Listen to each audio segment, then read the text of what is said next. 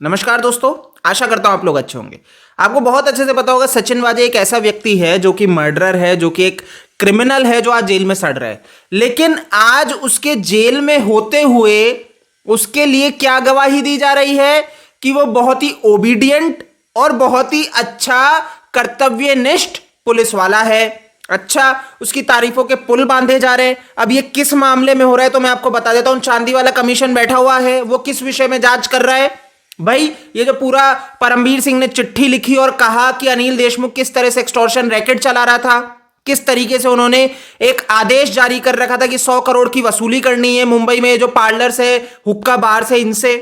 अब आप समझिए, ये सारे निर्देश आए, परमबीर सिंह ने आरोप लगाया, चिट्ठी लिखी चीफ मिनिस्टर को, और जिसके बाद वो चिट्ठी वायरल होती है और इसके ऊपर सीबीआई, ईडी और एक महाराष्ट्र सरकार ने ही कमेटी बैठा दी जो इस पर जांच करी। अब मैं आपको एक चीज बताता हूं, ये उसी जांच का जो महाराष्ट्र सरकार के द्वारा बैठाई गई है चांदीवाल कमेटी, उसी में से मैं आपको बता रहा हूं कि वहां पे संजय पाटिल, एसीपी संजय पाटिल, जिनका भी जिक्र किया परमबीर सिंह ने उस चिट्ठी में कि इनको भी आदेश मिले थे कि वसूली करनी है, इनसे पूछ रहा है चांदीवाल कमीशन। तो ये बोलते हैं कि एक ग्रुप बना हुआ था व्हाट्सएप, जिसके अंदर सीनियर रैंक के पुलिस वाले और कुछ पुलिस वाले वहां पे मेंबर थे जो बढ़िया काम करते थे तो उनको तारीफें मिलती थी, बुरा काम करते थे मतलब गलत है, कुछ चूक है तो उनको सीनियर्स के द्वारा भैया उसके ऊपर डांट भी पड़ती थी।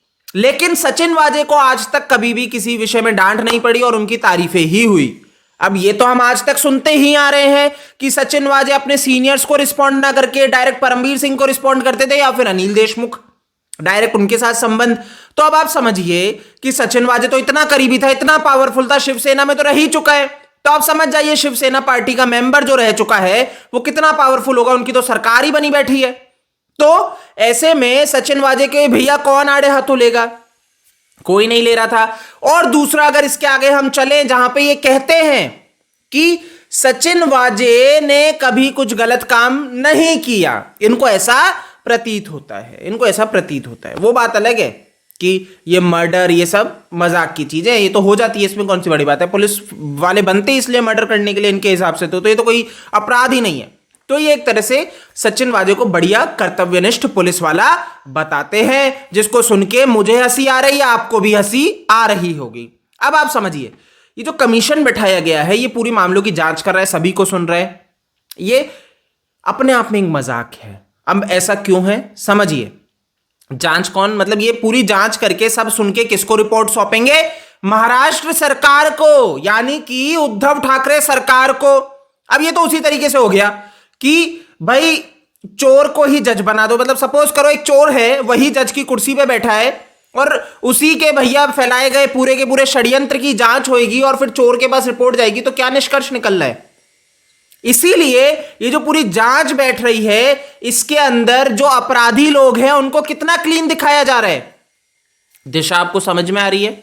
ये जो रिटायर्ड जज हैं इनकी मंशा और ये सारी चीजें आपको समझ में आ रही है कि किस दिशा में ये काम किया जा रहा है, कि क्यों एक मर्डरर को बचाया जा रहा है, क्यों यहां पे ये सारी राजनीति की जा रही है कि अनिल देशमुख तो दूध के धुले हैं। वो बात अलग है, गिरफ्तार हो चुके हैं, एक्सटॉर्शन कर रहे थे, मनी लॉन्ड्रिंग कर रहे थे, सब गलत काम कर रहे थे।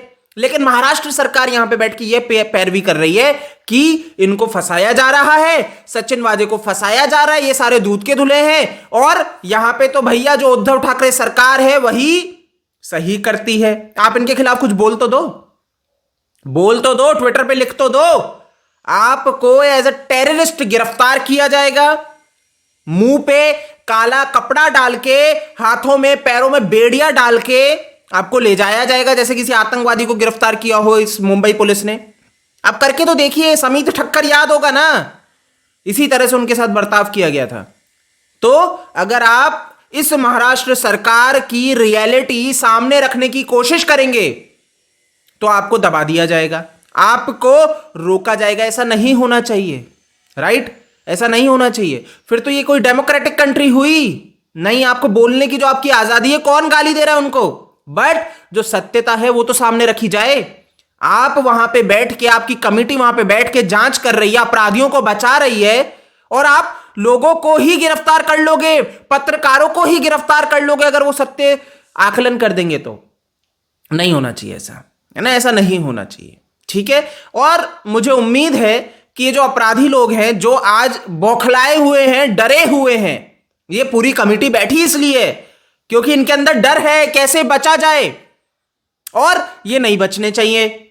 मैं मतलब क्लियर कहना चाहूंगा कि ऐसे अपराधी लोग नहीं बचने चाहिए। और आज जो हमारे प्रधानमंत्री मोदी जी हैं, गृह मंत्री अमित शाह जी है, इनसे मेरी रिक्वेस्ट है कि प्लीज देखिए इसको देखिए कि ये जो पूरा का पूरा भ्रष्टाचार फैला हुआ है, इस तरह से मर्डर कर दिए जाते हैं, तो सामने आ गया तो ये समझने वाला है, ये सीरियस मैटर है, इसको लाइटली नहीं लिया जाए कि इस तरह से मुंबई में मर्डर्स हो रहे हैं और फिर उसको सुसाइड के नाम दे दिए जाते हैं, उनको एक्सीडेंटल डेथ नाम दे दिया जाता है क्योंकि इनको अपने गलत काम करने हैं। सचिन वाजे हुक्का बार इन सबसे वसूलियां कर रहा है और व्हाट्सएप ग्रुप्स में उनको तारीफें मिल रही है। अरे मिलेगी ना, वसूली अच्छी कर रहा है तो तारीफें मिल रही हैं कि बहुत अच्छा रेड मार के आपने बहुत अच्छा काम किया। रेड मारते हैं फिर बाद में सारा का सारा पैसा आ जाता है जी।